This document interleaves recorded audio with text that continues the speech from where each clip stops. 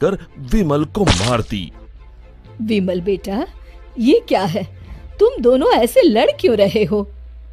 माँ, ये रट लगाए बैठी है कि मैं भी इसके साथ इसके बाप के घर में जाकर रहूं, घर जमाई बनकर।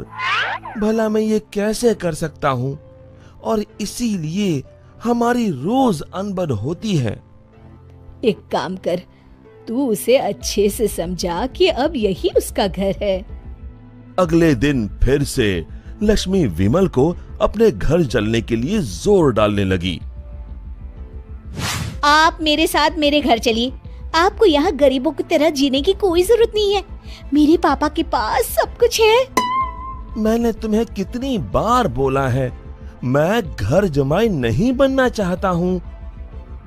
अगर आप खुद से मेरे साथ नहीं चलोगे तो मैं मेरे भाइयों से बोलकर आपको जबरदस्ती यहाँ से उठवा लूंगी। बहू की ये बात सुनकर सरिता को अपने बेटे की चिंता सताने लगी। इसके तीनों भाई तो इतने शक्तिशाली है, मेरे बेटे का क्या हाल होगा?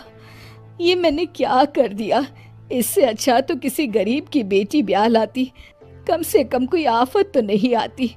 अब सिर्फ बाबा जी ही मेरी मदद कर सकते हैं। सरिता बहुत दूर एक बाबा जी के पास गई और उन्हें अपनी पूरी दुख भरी दास्तान बताई। अब आप ही बताइए बाबा जी, मैं अपने बेटे को बचाने के लिए क्या कर सकती हूँ? ये ताकतवर इंसान ऐसे ही होते हैं, हमेशा निर्बलों को दबाना चाहते हैं। अब सिर्फ गुफा में रहने वाली डायन ही तुम्हारी मदद कर सकती है। सिर्फ वही तुम्हें ताकतवर बना सकती है, जिससे तुम अपने बेटे को बचा सकती हो। बाबा जी, मुझे ये डायन कहाँ मिलेगी? वो उत्तरी दिशा में मिलेगी, लेकिन उससे मिलने से तुम्हारे प्राण भी संकट में आ सकते हैं। अपने बेटी की जान बचाने के लिए मैं कुछ भी कर सकती हूँ।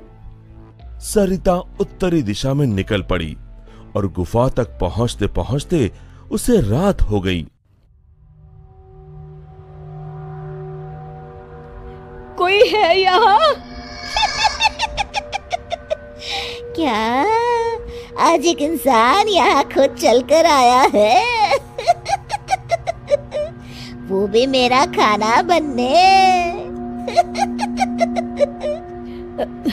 मैं आपसे मिलने आई हूँ। मिलने? मुझसे? हाँ,